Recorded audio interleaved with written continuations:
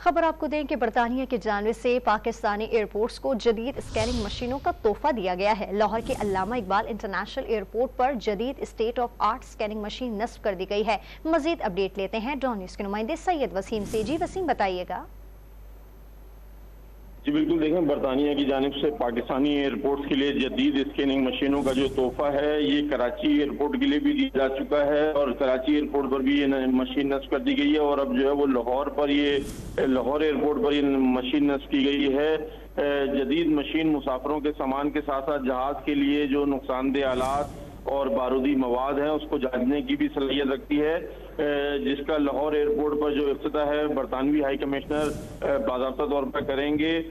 बरतानिया की जो DFT की जानिब से कराची के बाद लाहौर को जो ये मशीन दी गई है, इससे जो है वो स्मगल के लिए जो मंशियात स्मगल होती हैं उसको भी, उसकी रोकथाम में भी जो है वो ये मशीन मौसर किरदार अपना अदा करेगी। जी बहुत शुक्रिया आपका सैयद वसीम।